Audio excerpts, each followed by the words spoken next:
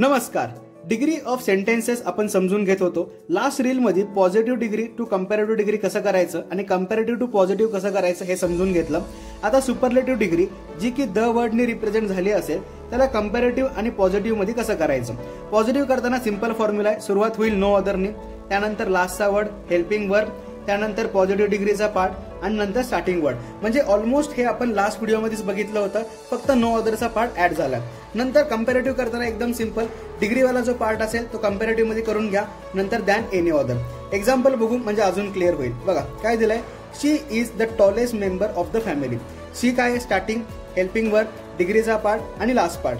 आता कंपॅरेटिव्ह करताना काय करावं लागेल, डिग्रीवाला पार्ट फक्त चेंज करायचा आहे. द टॉलेस्टचं काय होईल, टॉलर होईल, नंतर दॅन एनी अदर, झालं सेंटेन्स. इझी आहे. आता पॉझिटिव्ह बघा, सुरुवात होईल नो अदरनी, नो अदर, त्यानंतर लास्टवाला पार्ट, नंतर हेल्पिंग वर्ब, त्यानंतर टॉलेस्टची पॉझिटिव्ह डिग्री काय येईल, ॲज टॉल ॲज, आणि नंतर शी हे एंडिंगला आलं म्हणून सब्जेक्टिव्ह प्रोनाऊनचं होईल ऑब्जेक्टिव्ह प्रोनाऊन हर.